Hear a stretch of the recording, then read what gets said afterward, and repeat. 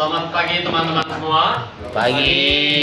Oke, mohon maaf sebelumnya suara saya sedang agak keras karena saya lagi sakit. Bapak semoga cepat Oke sembuh. teman-teman, pada hari ini kami dari kelompok 2 kami ingin mempresentasikan jawaban kami tentang pertanyaan dengan kasus. Di sebuah sekolah terdapat siswa Katolik, Protestan, Islam, Hindu, Buddha, dan agama lainnya. Ketika sekolah mengadakan kegiatan sosial untuk membantu korban bencana, semua siswa diajak untuk terlibat. Seorang siswa berkata, kita kan berbeda agama, mengapa harus bekerja sama? Oke, kita mulai dari pertanyaan diskusi pertama, yaitu apakah perbedaan agama menghalangi kerjasama? Jawabannya tentu tidak, teman-teman. Tidak. Saya mengatakan tidak karena apa? Di sini kami sudah menjelaskan di sini. Perbedaan agama tidak menghalangi kerjasama selama setiap orang saling menghormati dan memiliki tujuan dan fokus yang sama dalam kegiatan kegiatan sosial. Yang diutamakan adalah kepedulian dan kemanusiaan. Oke, jadi teman-teman perlu diingat di sini. Mau agama apapun kita, mau kita ateis, mau kita Islam, mau kita Katolik, kita Protestan atau Buddhis ataupun Hindu, kita tetap sama-sama manusia. Kita Homo sapiens. Oke, kita juga punya rasa kemanusiaan. Kita tuh sudah ada sejak kita lahir gitu. Oke, lanjut. 2. Mengapa orang yang berbeda agama dapat melakukan kegiatan kemanusiaan bersama? Nah, teman-teman di sini kita jawabnya, kita lihat dari soalnya dulu aja. Ini kegiatan bukan kegiatan keagamaan ya teman-teman.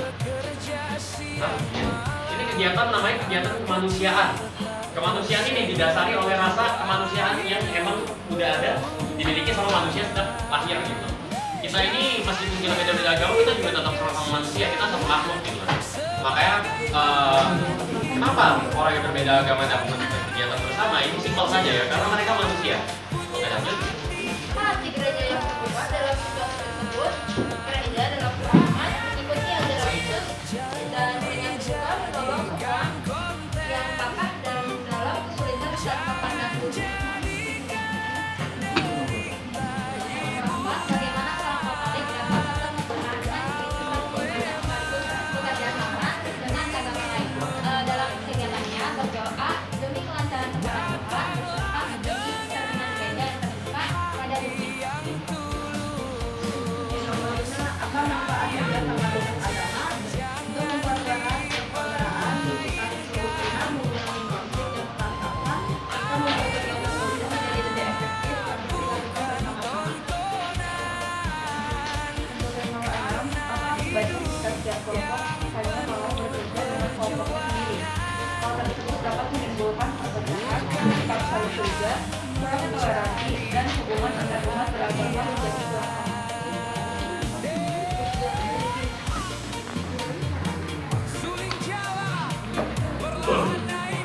Nomor 7, 3 contoh kegiatan yang dapat dilakukan bersama tanpa mencampur adukan ajaran agama. Ya, yang pertama adalah menggalang bantuan untuk korban bencana ya, karena gereja yang terbuka ya. Jadi kita itu harus bisa terbuka baik ke siapapun, tak peduli dia agamanya apapun.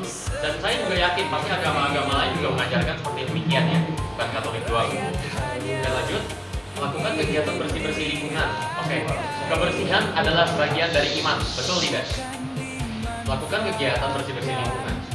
Kebersihan adalah sebagian dari iman. Tuhan suka orang yang bersih. Tiap agama pasti juga mengajarkan seperti demikian. Dan lanjut, mengadakan kegiatan bakti sosial atau bantu masyarakat yang membutuhkan. Ini selain didasari oleh rasa keagamaan, ini juga pasti didasari oleh rasa kemanusiaan ya. Karena kita sebagai manusia, kita pastinya juga merasa kasihan pada orang yang kurang mampu. Kalau misalkan kita tiba-tiba jadi di posisi itu atau bukan, atau bahkan kita melihat orang yang di posisi itu, kita harus bukan. Oke, lanjut di sini kami ada slogan terakhir.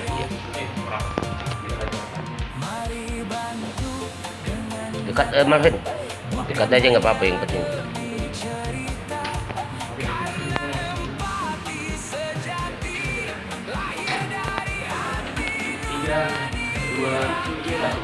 Berbeda dalam keyakinan, bersama dalam kemanusiaan. Ore, tepuk tangan untuk kelompok 3 ya.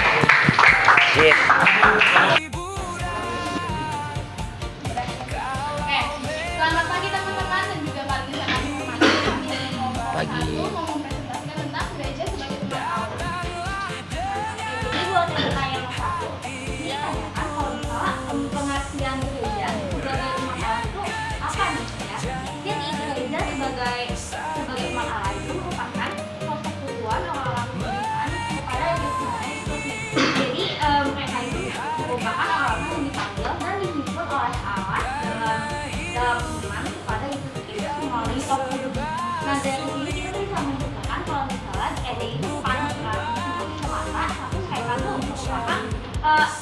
persaudaraan seluruh umat yang berkenan dan sederajat dalam martabat pembangunan dan diambil untuk mengambil bagian dalam penyelamatan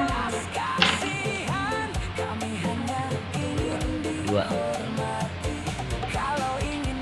Nah, yang kedua, ini kenapa sih gereja itu tidak cukup dipahami hanya sebagai bangunan saja. Nah, jadi memang hakikat itu gereja itu orang-orang dalam seluruh manusia beriman yang di dalamnya Roh Kudus berdiam. Ini dalam disebut bangunan bersifat pasif, sedangkan umat Allah bersifat aktif bergerak, mengasihi, bernapas dan menyebarkan warta dalam Injil kehidupan sehari-hari di luar gereja. Lalu yang ketiga, peran dalam kehidupan gereja. Jadi semua anggota umat Allah memiliki peran sesuai dengan karunia dan keterpaksaan masing-masing. Seperti Paulus, Uskup, atau Romo, itu bertugas untuk memimpin, mengembalakan, melayani sakramen dan mengajar umat Allah. Lalu ada biarawan dan biarawati yang menjadi saksi hidup Injil. Lalu ada awam atau seluruh umat beriman termasuk murid atau siswa itu berperan aktif meresapi serta menghidupi nilai-nilai Injil. Lalu pertanyaan keempat, tanggung jawab umat dalam membangun kehidupan gereja. Itu tuh ada aktif berpartisipasi seperti mengikuti perayaan sakramen, saling melayani menggunakan kata kami, dan terakhir ada menjadi saksi Kristus.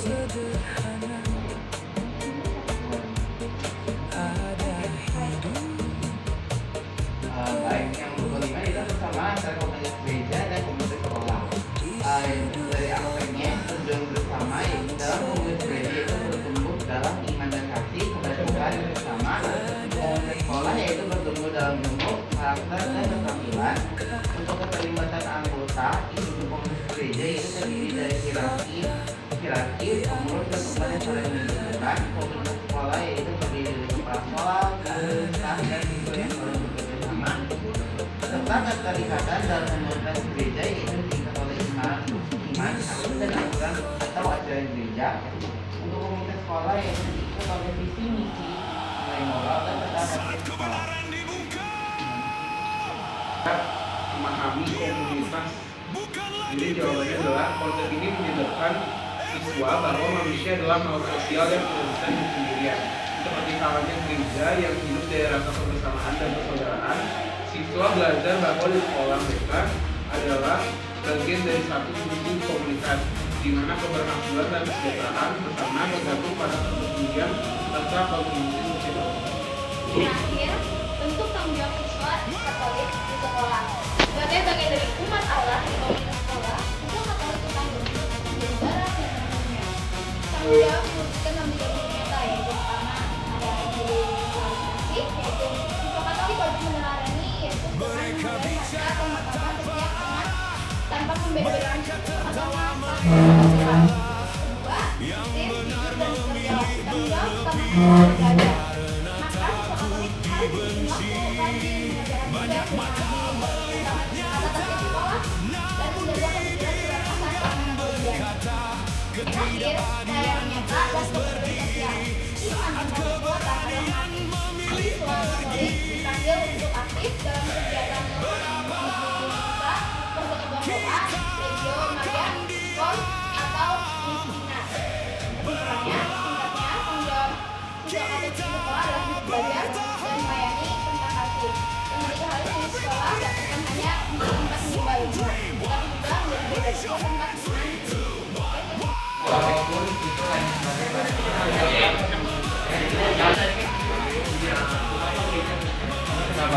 Nilai kemanis ya Pak? Apa? Nah ini.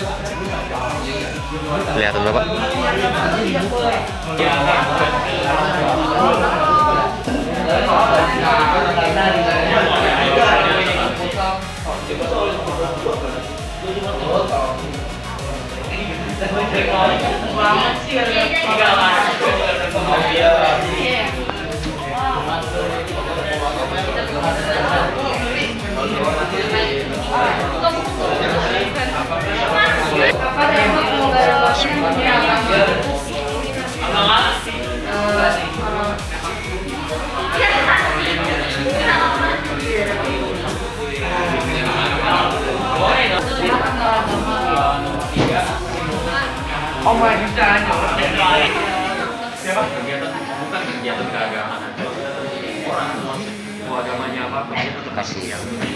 Yang itu kayak tadi saya rekam.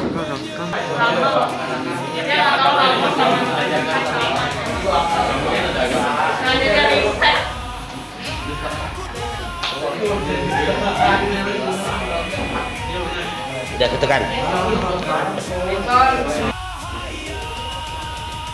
Satu. Halo semua, hari ini aku sama kelompok aku bakal mempresentasikan infografis tentang Widya Soekarno. Sebelum itu, aku sama teman aku mau mengenalkan diri dulu. Nama aku Elton. Nama aku Nadia. Saya Jessica.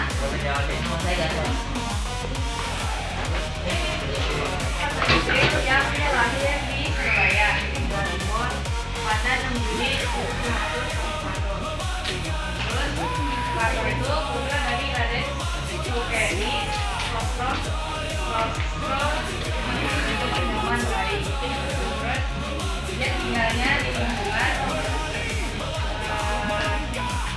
Dia menghabiskan hidupnya pindah-pindah di Mojokerto dan Surabaya. Soekarno berpindah-pindah di Mojokerto dan di Surabaya karena mengikuti tugas pekerja di Sangaya. Sangaya bekerja sebagai seorang guru serta untuk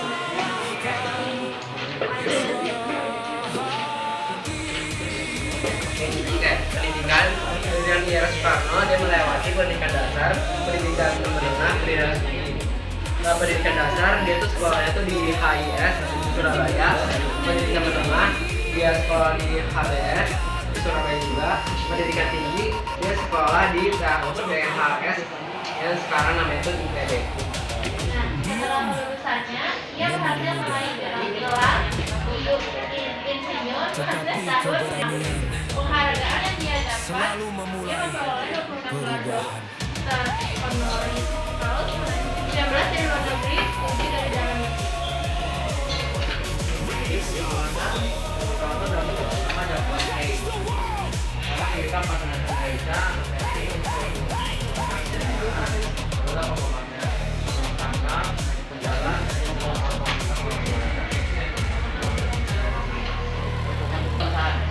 menjadi anggota aktif BPUPK dan PPKI serta mengangkat Pancasila sebagai dasar negara.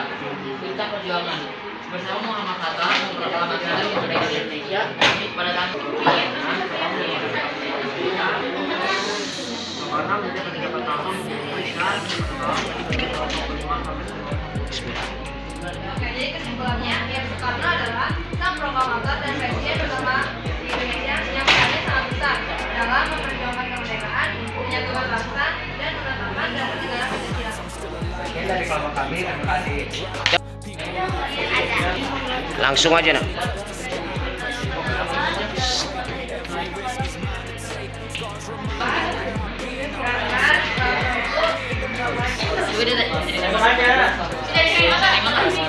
Terima kasih. Terus Pak, kenapa dulu Soekarno bisa mulai ambil istri? Apakah dulu belum ada peraturannya? pasal tersebut ditetapkan baru tahun sekitar 2000-an. Yes. Terus tadi bertanya Suaranya agak ini ya.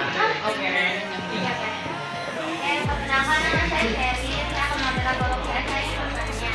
Jadi kan di tanggal 7 itu Soekarno berpidato kan.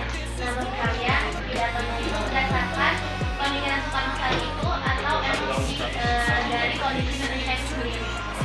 berikan kita waktu sedikit untuk menjawab pertanyaan dari kamu. Jadi itu dia dapatnya itu dari latar belakangnya, yaitu kondisi di mana waktu itu Indonesia dijajah oleh Jepang sama Belanda. Jadi gitu. Terus mereka menyepakati juga dan diskusi berbeda dengan antara Soekarno, Muhammad Yamin sama Soekarno. Mereka menyepakati dan diskusi lagi untuk pidato tersebut. Apakah bisa diterima? Yes, tepuk tangan untuk kelompok ini, teman-teman. Selamat siang semuanya. Kami dari kelompok 4. Kali ini kami kesini untuk mempresentasikan hasil diskusi kami. Sebelumnya izinkan untuk perkenalan. Saya Aisyah. Saya Kevin, saya Raffi, saya Sumpah. Saya Revi. Jadi, perbedaan pendapat dan ucapan yang berbeda bersama adalah perdebatan mengenai dasar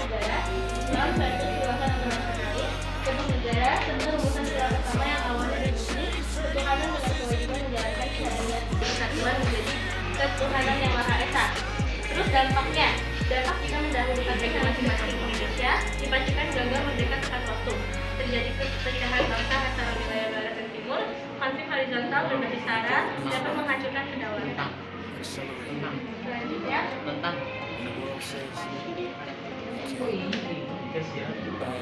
Selanjutnya, alasan para pendiri bangsa menyingkirkan ego, mengutamakan persatuan dan kesatuan nasional di atas segalanya, memiliki nasib dan tujuan bersama untuk lepas dari penjajahan, memiliki rasa toleransi dan jiwa besar yang sangat tinggi. Pesan moral dapat didapat musyawarah adalah kunci terbaik dalam menyesuaikan konflik. Kepentingan bangsa wajib ditempa di atas kepentingan golongan. Toleransi sangat krusial dalam menjaga keutuhan negara. Oke, saya akan menjawab pertanyaan dari halaman yang ada saya. Pertanyaan pertama, jika para pendiri bangsa tetap bertahan dengan pendapatnya masing-masing, apa yang akan terjadi? Menurut saya akan terjadinya perpecahan bangsa. Wilayah Indonesia bagian timur mengancam akan memisahkan diri dari Republik Indonesia jika tujuh kata tersebut dapat dipertahankan. Kegagalan memisahkan UUD dan dasar negara. Proses pembentukan negara yang merdeka dan berdaulat akan terhambat atau gagal karena tidak tercapainya konsensus nasional. Pertanyaan yang kedua, apa yang menyebabkan para pendiri bangsa menjalankan kata tersebut? Yang pertama, mengutamakan bangsa. Para pendiri bangsa menyadari bahwa kepentingan bangsa dan negara jauh lebih penting daripada kepentingan golongan atau kelompok tertentu. Yang kedua, sikap toleransi dan kebijaksanaan. Bahwa tokoh Islam yang terakhir, apa sih pesan moral yang kita dapat dari rumusan UUD tersebut? Jadi, yang pertama kita dapat sikap jiwa yang besar dan kebersamaan, seperti pentingnya mengedepankan dialog, kompromi, dan sifat lapang dada demi kepentingan bersama. Yang kedua, ada toleransi beragama. Kita tuh harus saling menghargai keberagaman agama dan kepercayaan masing-masing manusia dalam kehidupan berbangsa dan bernegara. Lalu yang terakhir adalah cinta tanah air dan nasionalisme. Kita harus menempatkan persatuan dan keberlangsungan negara kesatuan Republik Indonesia di atas kepentingan pribadi maupun kelompok. pendiri bangsa kan? Kelompok kalian. Ini sih lebih ke perbedaan pendapat dalam Kelompok kalian gimana sih cara nyatuin pendiri bangsa untuk bersatu dalam mencapai kemerdekaan Indonesia? Kalian bagaimana cara yang bisa dilakukan untuk atau melakukan perbedaan pendapat dalam kehidupan sehari-hari? Woi, bagaimana cara pemimpin negara atau kelompok pemimpin negara nih dapat gimana ya? Jadi kan itu kan tadi harusnya tentang ego. Gimana kalau misalkan ternyata setiap warga negara atau setiap kelompok warga negara memiliki egonya masing-masing, maksudnya tapi egonya tuh dapat membangun bangsa. Jadi mereka tuh punya kayak dia harus begini, jadi mereka tuh maunya gitu. Nah tapi kan namanya ego tuh mereka maunya tuh langsung sekarang. Jadi gimana caranya setiap ego ya sebenarnya yang bisa membangun bangsa, tapi harus dilakukan sekarang gitu secara langsung. mantap.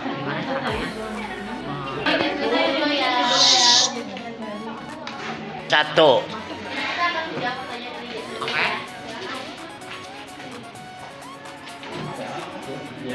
Jadi tadi kan pertanyaannya apa ya? Bagaimana cara untuk menyatukan pendapat dari berbagai pendiri bangsa itu? Ya, terus Dan bagaimana cara dia melaksanakan perbedaannya? Dalam kehidupan Oke, kalau buat menyatukan suara dari pendiri bangsa tersebut, harus ada satu orang yang paling mencolok dan dia harus mendengarkan semua pendapat dari pendiri bangsa tersebut, dan dia harus berpikir untuk menyatukan seluruh pendapat agar bisa diterima dari pendiri bangsa tersebut. Dan untuk menyatukan di kehidupan sehari-hari kita harus bermusyawarah. Oke, Musyawarah yang- sudah bisa. Oke, mantap. Tepuk tangan katanya dong. Ini ada yang susah. Oke. coba boleh diulang nggak? Ada satu orang yang menjawab dan dia harus mendengarkan pendapat dari pendiri bangsa yang lain. Pendiri bangsa itu kan ada banyak. Gimana sih? Kayak pendapat orang tuh beda-beda. Ada yang setuju, ada yang enggak. Ya, yang Gimana paling cara kalian pokok. satuin semua itu biar semuanya setuju? Kita pakai suara mayoritas yang paling gede. Silakan itu Jadi, disebut. Semua pendiri itu harus setuju dulu gitu. Ya gimana cara kita setuju? Lihat kemampuan dia. Kayak ini. Keren ini ya. Biar dia setuju, kita bisa lihat kemampuan dia. Ya kan udah dinilai, kita bakal setuju atau enggak. Kita juga bisa mencari, kita bisa menghubungkan sama pencarian dan kita bisa cari titik tengah. Kira-kira solusi apa sih yang paling cocok gitu loh. Jadi kita mengumpulkan dan mencari jalan tengahnya. Ini lagi mau jauh. Mau ditambahin lagi? Mau saya tambahin. Biar semua itu setuju, para pendiri itu setuju, kita harus menunjukkan sebuah bukti dalam bentuk tindakan. Dan di saat kita sudah menunjukkan bukti dan menunjukkan bukti, kita lakukan rapat. Nah, kalau di saat rapat itu kita lakukan voting, ambil dari suara yang terbesar. Nol masih kita udah dapat suara terbesarnya nih. Dia masih nolak, nggak setuju. Apakah dia pantas disebut pendiri bangsa? Ya tapi kan kalian nggak bisa dia dong, kan dia udah Nggak bisa ngasal buang dia. Kalau kita membuangkan yang lebih baik. Tapi dia kan juga apakah bagian dari dia- pendiri bangsa. Dia kan juga bagian dari pendiri bangsa kan. Dia juga berhak untuk mengucapkan hal yang dia ingin ucapkan. Kalau untuk pendiri kita bangsa yang baik atau bukan? Kalau misalkan kita udah dapat suara yang paling banyak dan itu hasil terbaik buat masa depan negara kita harus mengorbankan sesuatu. Mau kita mengorbankan dia atau mengorbankan masa depan kita? Pilih yang mana? Tepuk tangan untuk kelompoknya.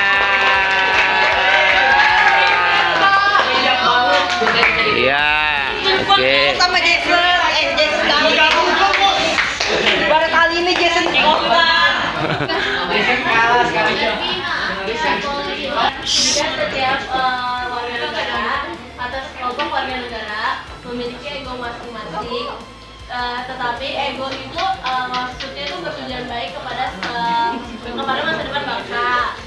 Nah, tapi kan namanya ego kan berarti mereka maunya sekarang dong dilakuin dong, kan ego nih, berarti mereka punya emosi dong. Nah, gitu. Terus gimana caranya sikap para pendiri bangsa nih, para pemimpin bangsa untuk menerapkan ego tersebut atau apa yang mereka lakukan gitu?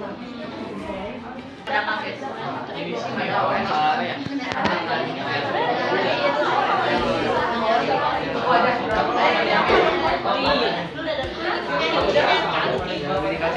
Tuh. Jauh untuk pertanyaan ini, bagaimana kalau pendiri bangsa punya ego-ego sendiri? bukan. Nah, nih setiap warga negara atau setiap kelompok warga negara memiliki egonya masing-masing. Tapi memiliki tujuan baik. Namun ego kan punya ego nih, punya emosi. Bagaimana caranya? Mereka maunya tuh dilakukan sekarang gitu kan, maksudnya diterapkan gitu. Nah, bagaimana sikap para pendiri bangsa terhadap ego-ego tersebut? Siap. Tetap harus mementingkan kepentingan dan tujuan bersama. Bagaimana cara mementingkan tujuan bersama? Sedangkan kan mereka aja nggak punya egonya beda-beda. Tapi kan ego mereka masa depan bangsa baik. Bukan baik, bukan jahat. Bisa jadi pendiri bangsanya. Yang jawab. Mungkin pendiri bangsanya harus itu apa? Harus mendengar suara dia, tapi dirubah ke dalam bentuk yang lebih berbeda untuk tidak menabrak semua ego. Kan egonya beda-beda nih, jadi kita ambil satu-satu. Tapi kan namanya ego kan mereka maunya langsung dilakuin. Emosi nih, kamu maunya ini, kamu maunya ini, nah harus langsung dilakuin gitu. Harus langsung dilakuin. Sebenarnya juga ego kan ada emosi gitu. Ego kan berarti kan ya emosi gitu, hal yang kayak ngerti gak sih kayak gitu ya. Iya, terus kan itu egonya kan bagus buat bangsa. Hah? Gulu-gulu. Panas ini anak-anakku ini berdebat di presentasi ya. Mau ditanggapi penonton? Peserta yang bisa menjawab ini, ayo. Katanya. Pegang ego sendiri, negara bakal hancur. Nah, Ya. Iya, itu kan memang Menghargai demokrasi. keinginannya, tapi Ya, tetap memikirkan Ya, demokrasi. kepentingan orang lain. Harus demokrasi, betul. Ya. Nggak apa-apa.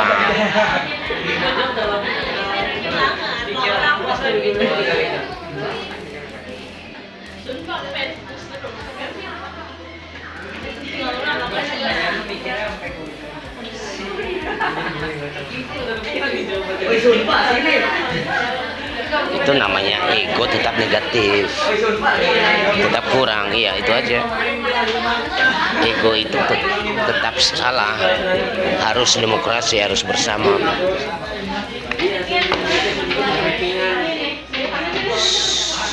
Udah ngomong aja, dia udah ngomong. Dia udah ngomong. Udah habis waktu.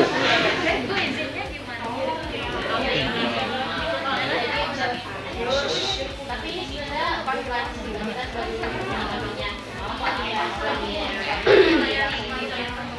Tambah suaranya, volumenya. harusnya tahu dan paham gimana sih cara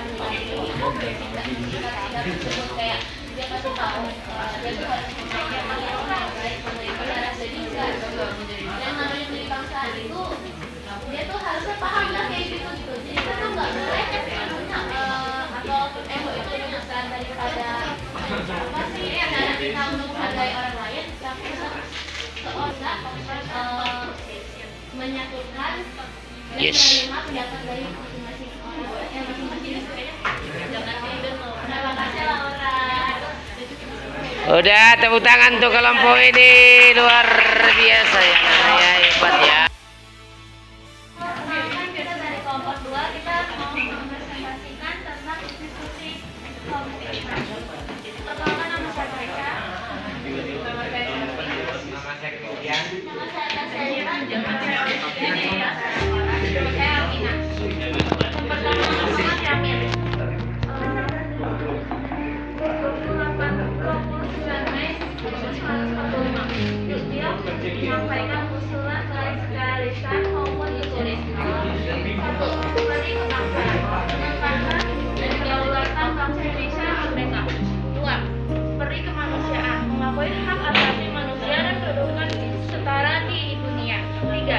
Beri ketuhanan, menegaskan masyarakat Indonesia beragama dan bertuhan. 4. Beri kerapatan, memenangkan musyawarah dan keterwakilan rakyat.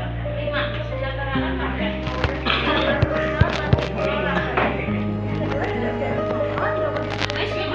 Usulan beliau sangat kental dengan konsep negara integralistik atau kekeluargaan.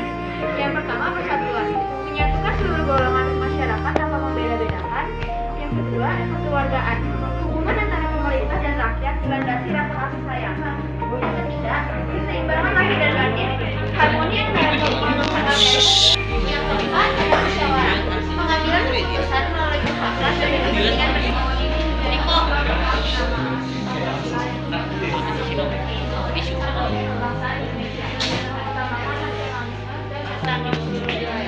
Dua, internasionalisme atau kemanusiaan, hubungan baik antar bangsa, agama, atau Kristen. Tiga, demokrat atau demokrasi. Kedaulatan berada di tangan rakyat melawan perwakilan. Empat, kesejahteraan sosial, keadilan ekonomi atau tidak ada kemiskinan di Indonesia.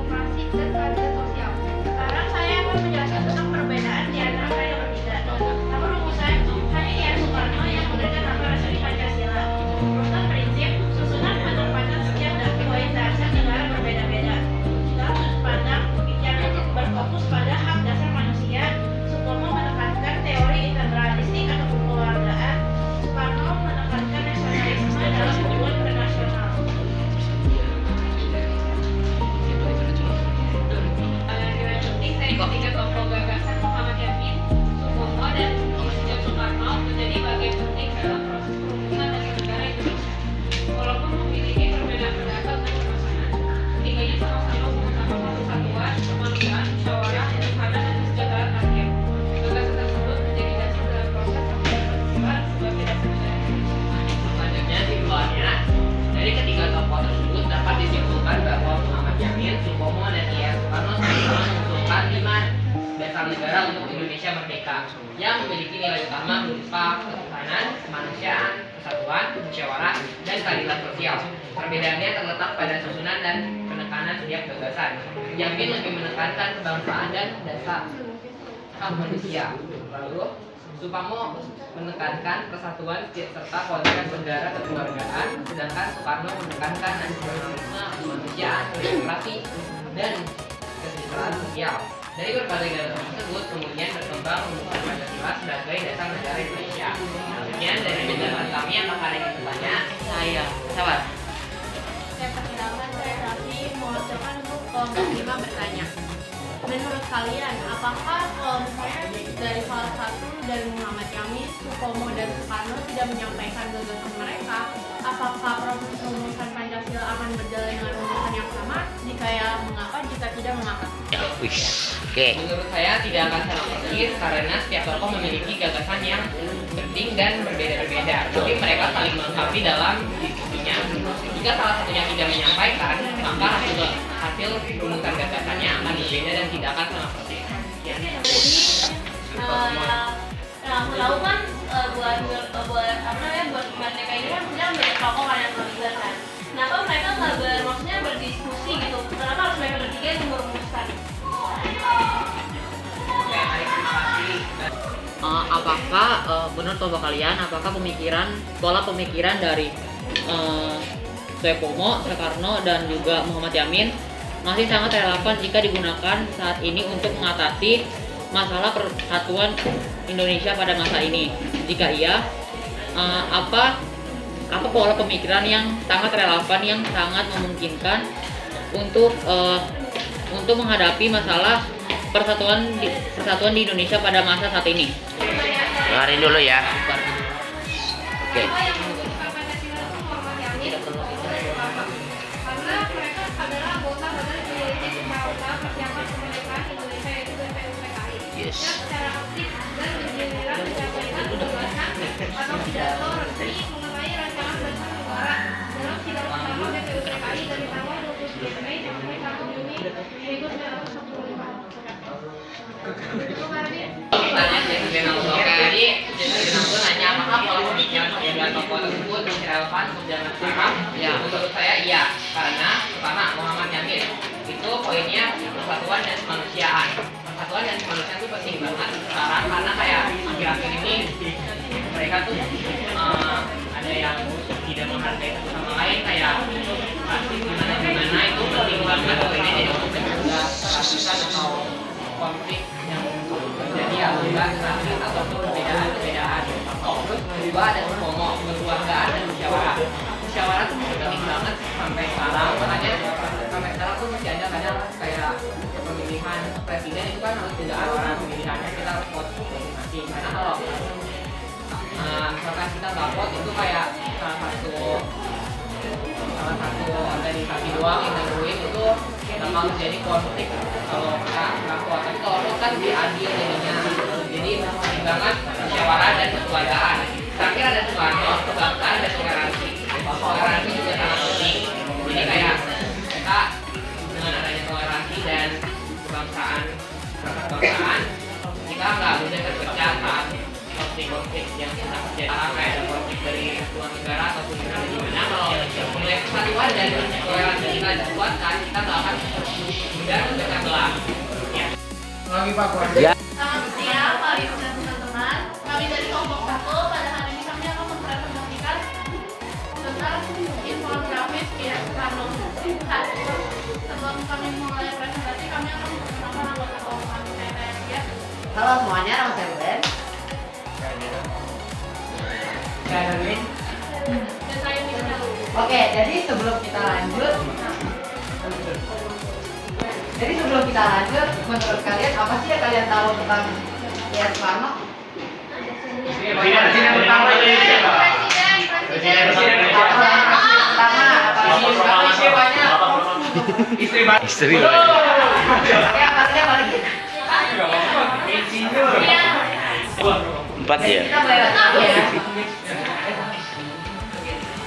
Shooting score lu berapa? Nah. Ayo lanjut. Ini intermezzo.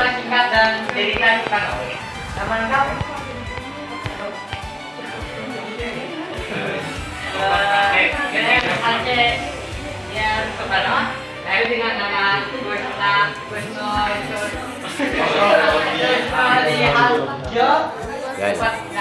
tanggal lainnya ada Surabaya yang Juni 1901. Wafat Jakarta 21 Juni 1900. Orang tuanya adalah dari Emi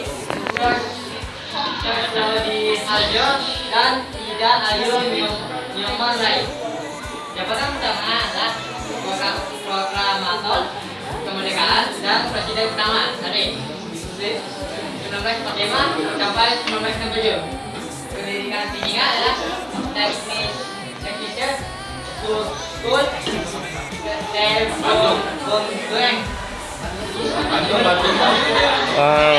Mama. 1927 dan merumuskan ajaran Marxisme untuk membela rakyat kecil. Yang kedua adalah proklamator. Bersama Muhammad Hatta memproklamasikan kemerdekaan Indonesia pada tanggal 17 Agustus 1945. Mengenai Pancasila, memperkenalkan konsep dasar negara Pancasila dalam Undang-Undang PPNU pada tanggal 1 Juni 1945. Oke. Ini nanti pertanyaannya ya.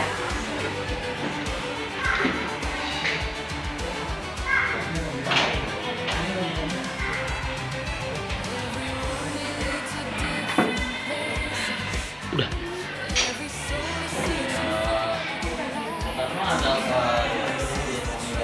sejarah perjuangan itu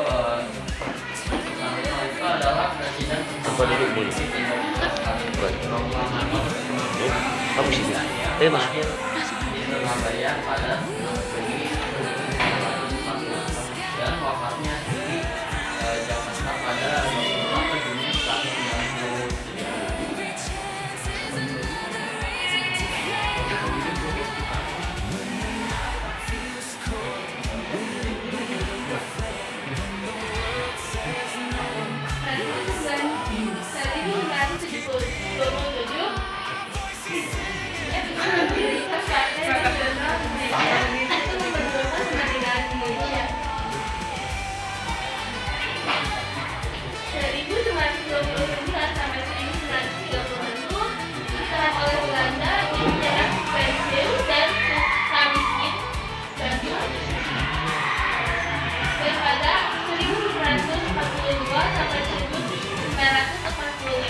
Pemimpin gerakan nasional pada masa kedudukan Jepang.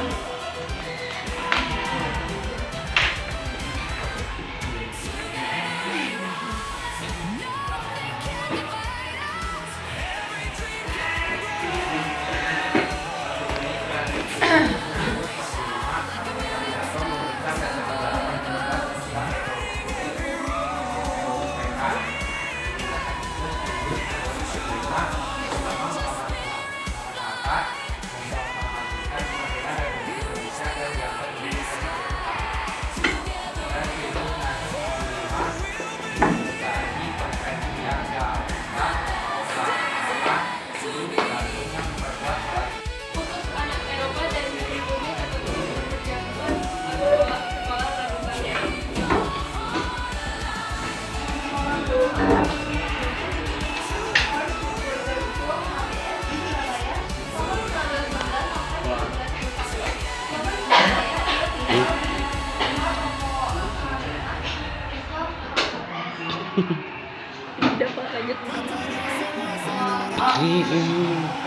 Universitas Teknik Dokter Bandung yang sekarang udah disebut TB atau Institut Teknologi Bandung. Iya.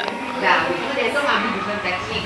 Teknik itu, habis itu dia lulus dan meraih gelar insinyur. Jadi setelah teman saya menjelaskan tentang perguruan dininya I.R. Soekarno, sekarang saya akan menjelaskan kesimpulan yang kami dapat. I.R. Soekarno atau Bung Karno adalah proklamator kemerdekaan dan presiden pertama Republik Indonesia yang lahir pada tanggal 6 Juni 1901 dan wafat pada tanggal 21 Juni 1970.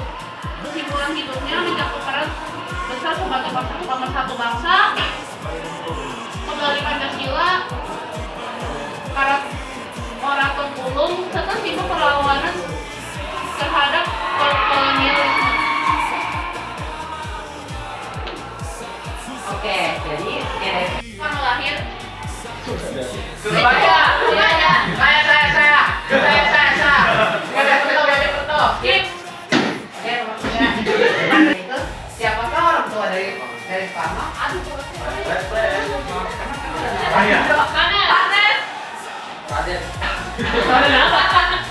Raden Simanjuntak. Raden sama Hidayu. Oke. Benar gak? Coba nama lengkapnya. Raden Sukemi. Lengkapnya nih, Raden Sukemi,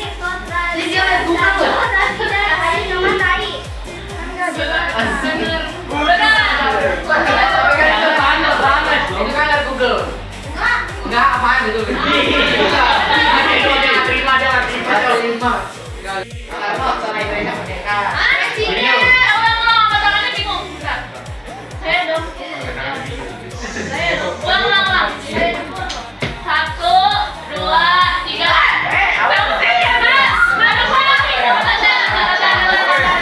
Oh sekarang tanya jawabnya angkat tangan deh. Presiden. Presidennya tentang.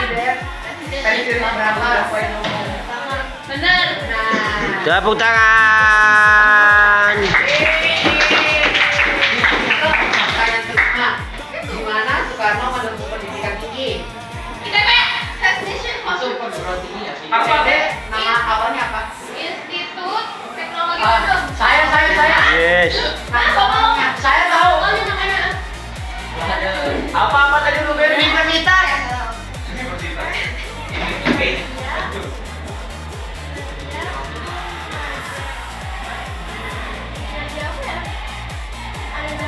Mojokerto. Saya. Bener. Apa? Boge School di Bandung. Yang pertama dah. Apa kata pertama? Technician. Teknik. Oke, benar. Oke.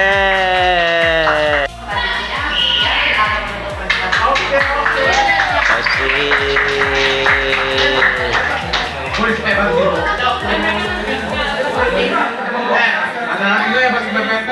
Oh iya. Ya terlalu 3, 2, 1. Selamat siang semuanya. Iya.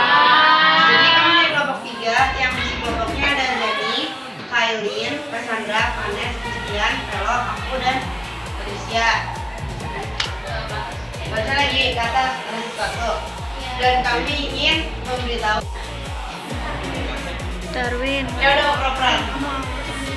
Christian. Ya Soekarno ya. Satu di sini Soekarno, Ketua Panitia 9 sekaligus proklamator kemerdekaan Indonesia. Nggak tahu ya. Tapi dari Ketua Panitia 9 sekaligus proklamator kemerdekaan Indonesia. Beliau memimpin perumusan asas dan tujuan bernegara yang menghasilkan piagam Jakarta 22 Juli 1945. Alasan pemilihan karena peran sentralnya sebagai pemerintahan Panitia 9 yang mampu merangkul. 2. Ini jadi kesehatan Pak. Kesehatan. 2. Dari seluruh ya. Oh, menjaga. Iya, screening amat sih, Kak. Coba tanya.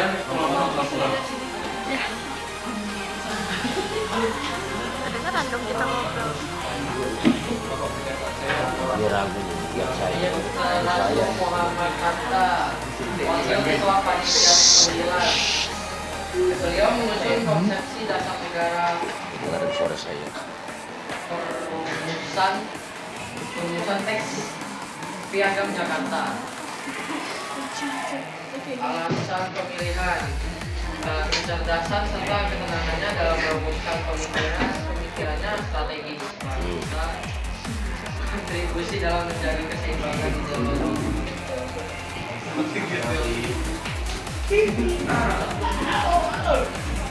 Tiga. Mr.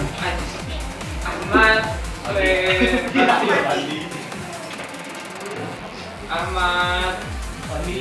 Ahmad S adalah anggota panitia 9 dan golongan nasionalis yang berpengalaman di bidang diplomasi dan hukum. Beliau berperan penting dalam menyusun kalimat-kalimat pada pembukaan UUD 1945, khususnya pada alinea pertama.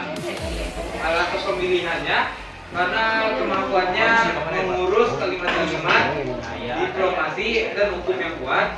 3. Pembawaan UUD 1945 tersusun secara sistematis dan lugas.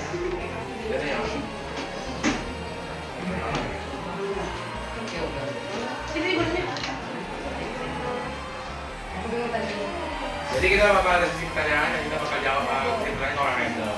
Siap. Apa ya? Selesai. Mondok.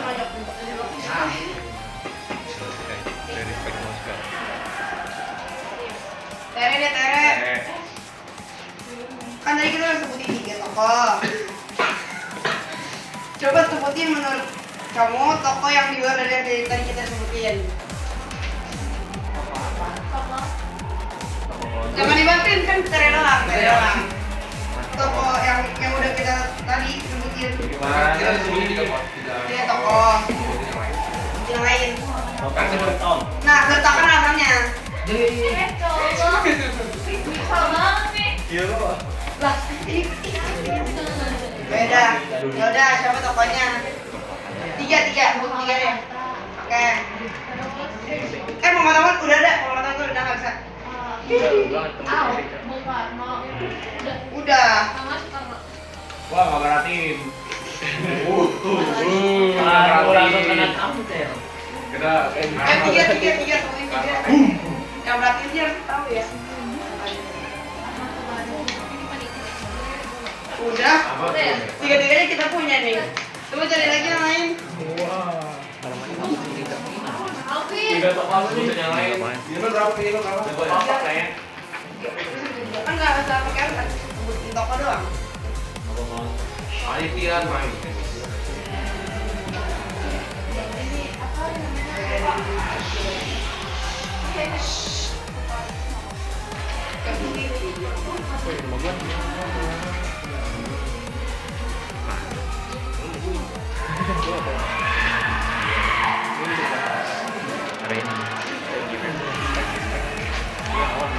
Next. Ayo dong, Tere. Sambil nunggu Tere jawab. Ya. Lagi. Ya.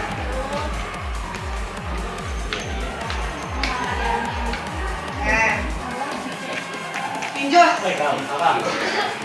Jangan Google, gak boleh Google. Kan tadi kan kita udah sebutin sih Soekarno kan. Nah, beliau memimpin dan merumuskan asas dan tujuan negara yang menghasilkan Piagam Jakarta. Tanggalnya tanggal berapa? Ulang tahun gua.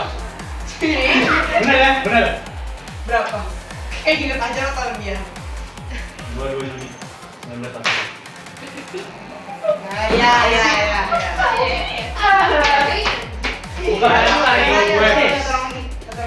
Jangan. Cukup. Udah, closing.